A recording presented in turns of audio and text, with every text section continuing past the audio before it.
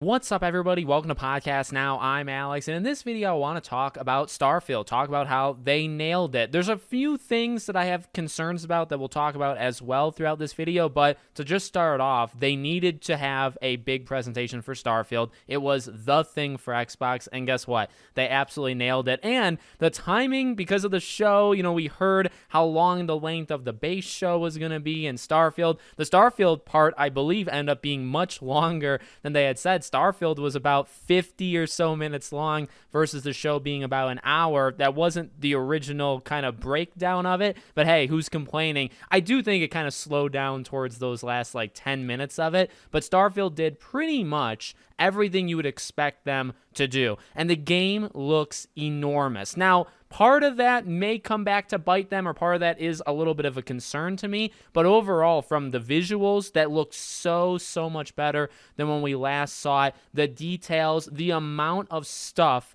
you can do in this game. Now, part of it, I do believe, is just a trust that maybe some people, and maybe even including myself, automatically give Bethesda. So what they didn't do too much of is talk about, the story, some of the bigger, missions that say you're going to be going on. We just kind of assume there's going to be good characters, good story beats. They focus more on, can you think of something in this game? Well, chances are you can do it. So from the ship customization, which looks literally unbelievable, that actually reminds me a lot of Zelda, right? I think you can make a lot of comparisons in what Starfield is to a No Man's Sky. It's got part of a No Man's Sky vibe to it in terms of going to the different planets. That's not the entirety of it, but I can think of No Man's Sky. I can think of Zelda when I think of the insane creations that people have done in Tears of the Kingdom. And then you see the mech ship, and it's like, oh yeah, people are going to come up with the greatest things you've ever seen with the ships in this game. I am not. My ships are going to be pathetic. I'll probably just buy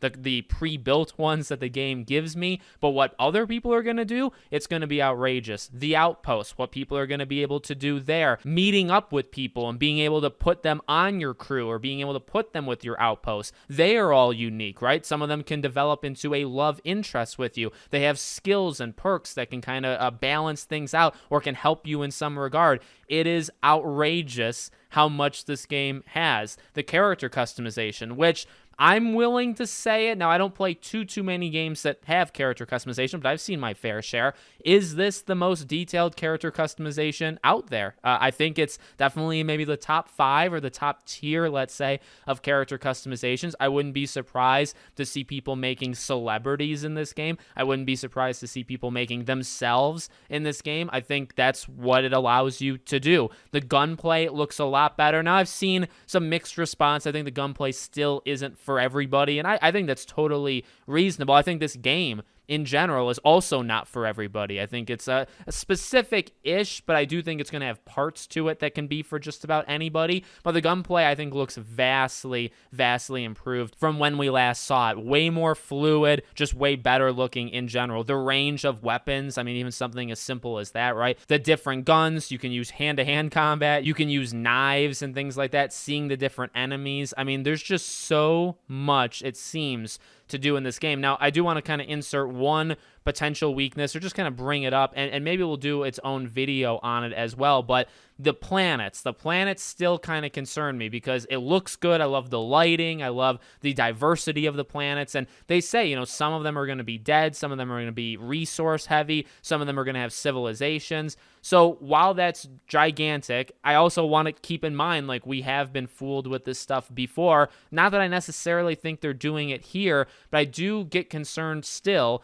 about those 1,000 planets. How many of those 1,000 planets are going to be something interesting? Can you make a planet that's dead interesting? I guess, can you do that? Now, one thing I actually speculated on in my live stream is, can you make an incredible outpost on a planet that's got nothing on it, let's say? And I'm sure there'll be some of those 1,000 planets. Some will have nothing. Can you do an outpost? Well, yes, you can. They've confirmed that. You can put people on that outpost, and therefore you kind of just made that planet more interesting because you've created something there. You can mine stuff. You can get resources. You have people working there 24/7, almost like slave labor. And so you got that situation going. And does that make the planet more livable? Kinda. It doesn't make the full planet livable, but it makes that one area. So that is one concern to me because, again, while I give them the trust with the characters, and I think there'll be diversity there, and even yourself with the skill points and all of the different trees that you have, the 5 of them, right? 4 different ranks for each ability. I mean, it is enormous, a lot of this stuff, and I think it's enormous in a good way. Bigger doesn't always mean better, right? More stuff doesn't always mean that it's going to be better. I give them a lot of it where I think that stuff is going to be good, but one thing I will not immediately give them, and still to right now I will not give them, is the planet thing. That is really something that I need to see a compilation clip when the game comes out of somebody, kind of fast forwarding through 600 planets and let me see each one and let me see, okay, how different are they from another one?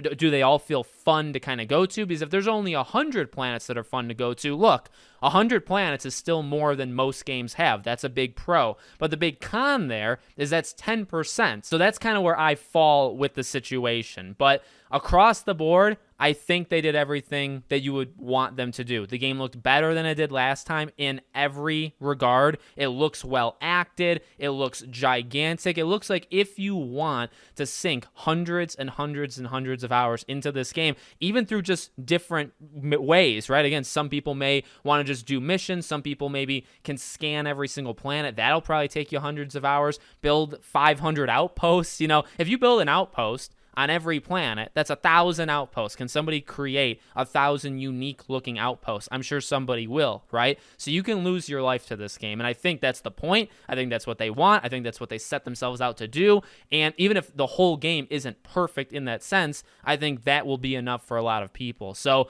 I think this is going to scratch the itch. It's also interesting. I don't think I'm as interested maybe as I've seen other people, but this is a gigantic open world that's going to have its lore. And again, it's characters and story and factions and like what's going on here with the ship battles. They showed things where if you're a certain class, when you pick in the beginning, like maybe you can talk yourself out of situations. Like all of this stuff is so deep. I think people are going to get lost in it in a good way. And again, I think that's what they want. So let me know what you guys think in the comments, the good, the bad of the showcase. I don't think they could have done anything better than what they actually did. So I do think they gave it their all. Make sure, as always, you guys are subscribed, bell icon turned on. I will be covering Starfield a ton as we get closer and closer to its launch. And I hope to see you guys there.